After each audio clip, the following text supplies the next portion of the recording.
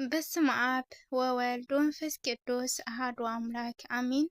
በስመ አብ ወወልድ ወመንፈስ ቅዱስ አሐዱ አምላክ አሜን። በስመ አብ ወወልድ ወመንፈስ ቅዱስ አሐዱ አምላክ አሜን።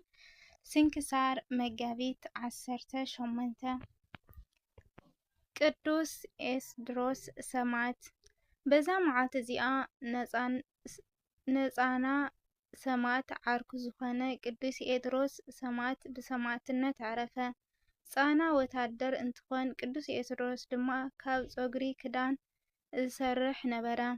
ክልቲኦም ዓረኽቲ ስርሖም ካብ ዝረኸብዎ ንድኻታት ንዝተፀገሙን ዝምፅቱ ነበሩ። ክልቲኦም ድማ ኣብ ሓንቲ ለይቲ ሓንቲ ድንግል ሰበይቲ ኣኽሊላት ሒዛ መፂኣ ኣብ ልዕሊ ኣርእስቶም ርእስታቶም እናቕመጠት ሕልሚ ረኣዩ። እዚ ነገር ድማ ክልቲኦም ነተነጋገሩሉ እግዚአብሔር መሰኻኸሩ ንክኾኑ ከም ዝፀውዖም ድማ ፈለጡ። ብድሕሪ እዚ ተላዒሎም ናብ መኮነን ከዱ።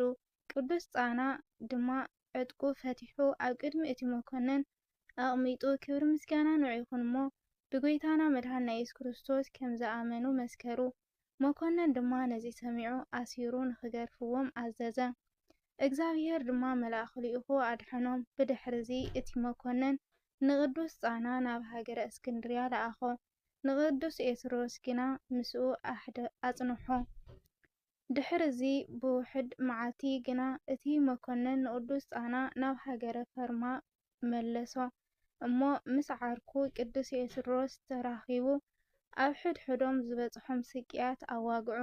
ካብኡ ከዓ መኮነን ጉድጓድ ፍሒሮም ሓዊ ምስ ኣንደዱ ንቅዱስ ኤስድሮስ ናብኡ ንከእትውዎ ኣዘዞም።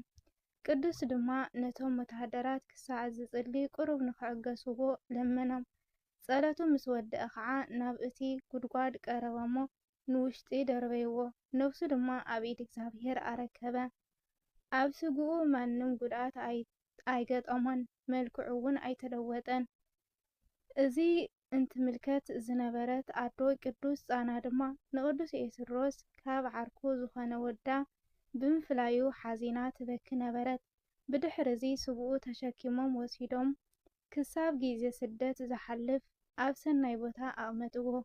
ቅዱስ ኤስድሮስ ሰማዕት ኣብ ዝተቐበለሉ ግዜ ቅዱሳን መላእኽቲ ንነፍሱ ተቐቢሎም ብዓብዪ ክብሪ እንተዕርግዋ ተመልከተት። በረከቱ ምስ ኩልና ህዝቤ ክርስቲያን ንዘለዓለም ይሃሉ አሚን።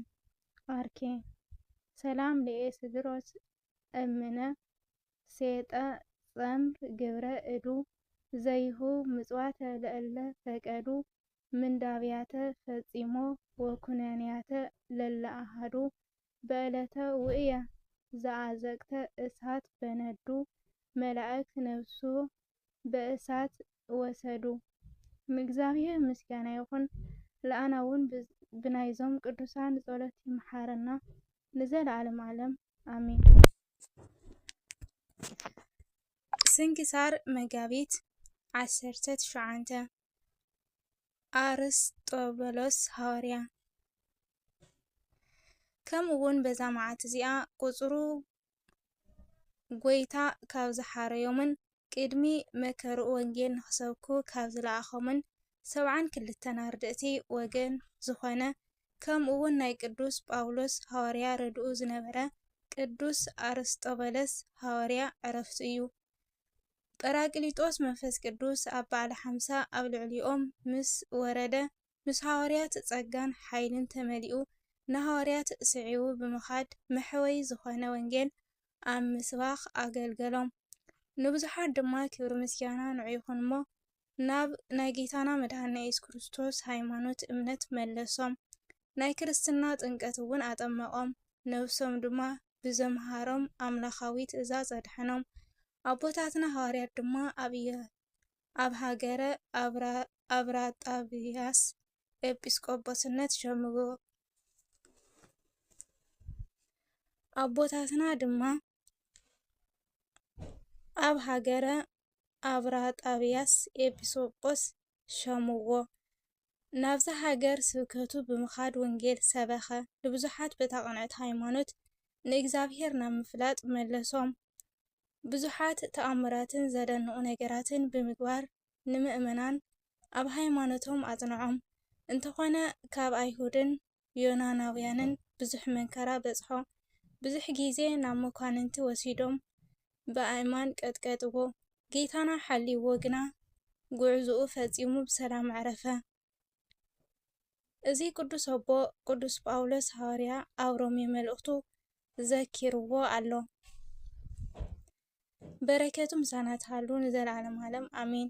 ኣርኬ ሰላም ለአርስጦበለስ ዘተፈነወ ለምህሮ ምስለ ሐዋርያት በጽዮን ውሂዘ መንፈስ ሰኪሮ ጽሂፎ በእዱ አመሃ ማህበሮ እንዘያስተበጽእ ወይ ወድስ ግብሮ በውስተ መልእኽቱ ዘሮሜ ጳውሎስ ዘከሮ።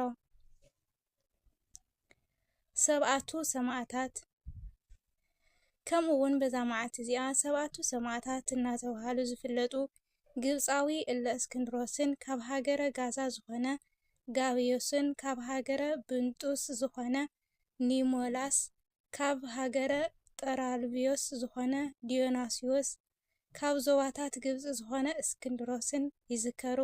እዞም ሰማዕታት መንፈሳዊ ፍቕሪ ሰማዕት ንዝኾኑ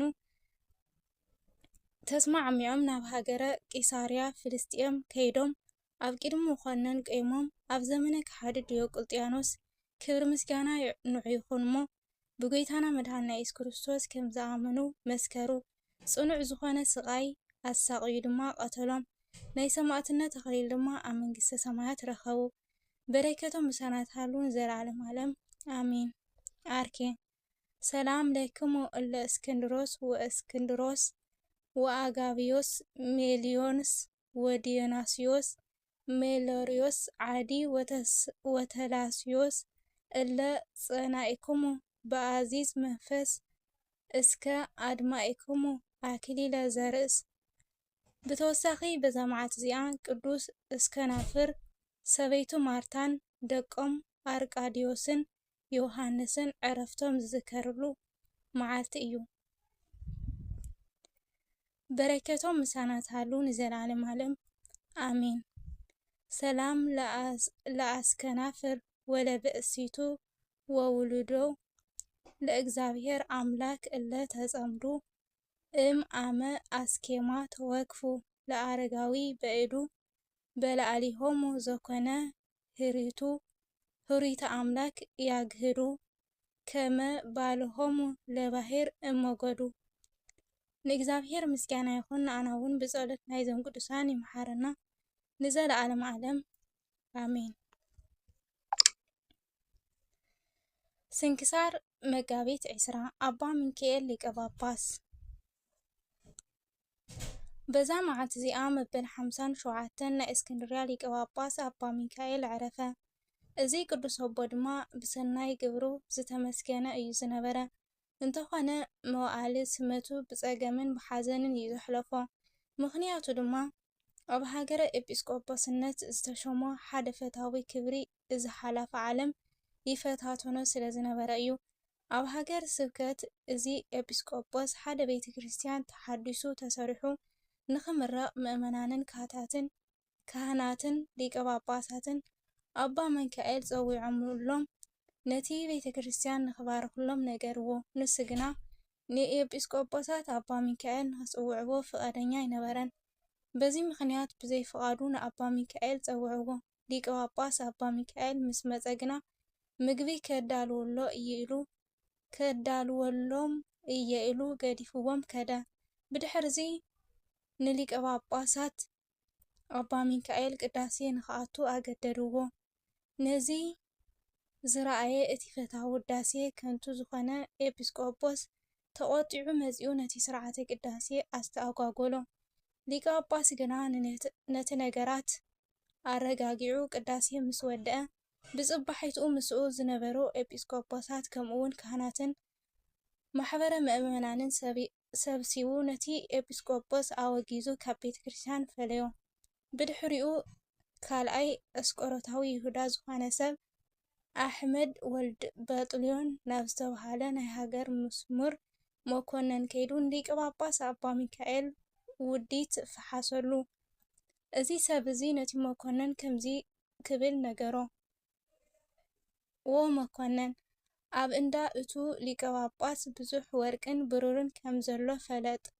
ብተወሳኺ ድማ ብተመሳሳሊ እተን ኣብያተ ክርስቲያናት ድማ ካብ ወርቅን ብሩርን ብዝሰርሑ ቅዱሳት ንዋያት ዝመልኣ እየን" በሎ። ነዚ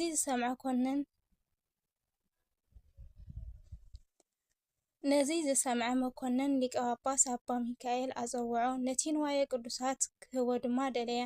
ንሱ ግና ኣበዮ፣ "ንስጋይ ዝደለኻ ግበር፣ ነፍሰይ ግና ኣብ ኢድ እግዚኣብሔር እያ" ክብል ድማ መለሰሉ።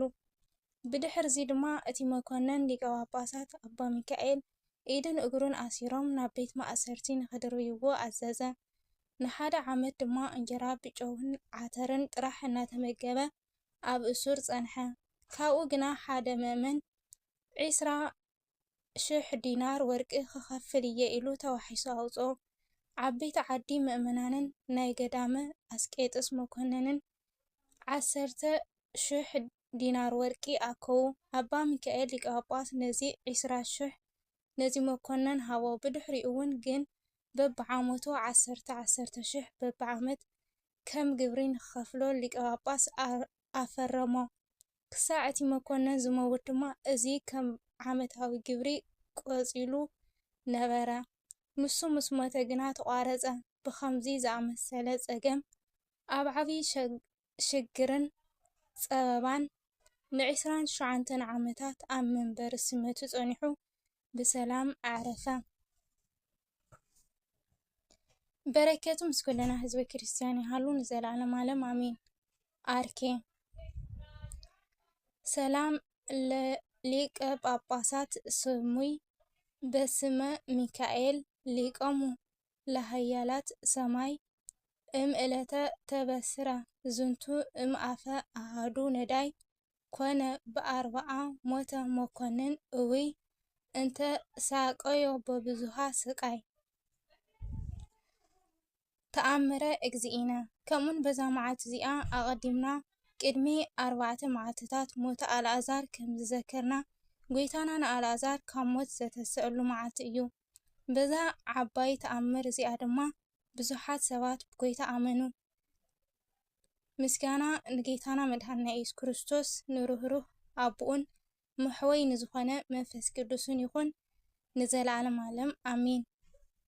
ኣርኬ ሰላም ለህሩትከ እግዚአብሔር ኬንያ እም ኢየሩሳሌም ለቤታንያ ከመ ታንስ በድኖ ለአልዓዛር እህወ ማርያ ትሴፈወከ ነፍስየ ወትጸንሐከ ነያ ሞተ ኃጢአት ታህይዋ በዝንቱ አርአያ።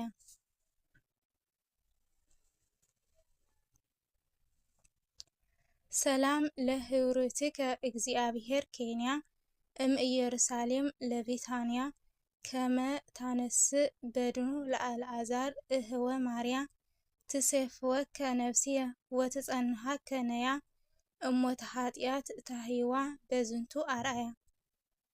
ካብዚ ብተወሳኺ በዛ መዓልቲ እዚኣ ቅድስት ኣስጥራኒቅያ ብሰማዕትነት መተት። ጸለታ በረከታ ምስ ኩለን ህዝቢ ክርስቲያን ይኹን ንዘለዓለም ዓለም ኣሚን። ንእግዚአብሔር ምስጋና ይኹን ንኣና እውን ብናይዞም ቅዱሳን ጸሎት ይመሓረና ንዘለዓለም ዓለም ኣሚን ኣሚን ኣሚን። ስንክሳር መጋቢት 18 ስንክሳር መጋቢት 19 ስንክሳር መጋቢት 20 ኣብዚ ተፈጸመ። ክብሪ ንእግዚአብሔር ኣምላኽና ይኹን ከምኡ እውን ንወላዲት ድንግል ንመስቀሉ ክብር ንኩሎም ቅዱሳን ኣሚን።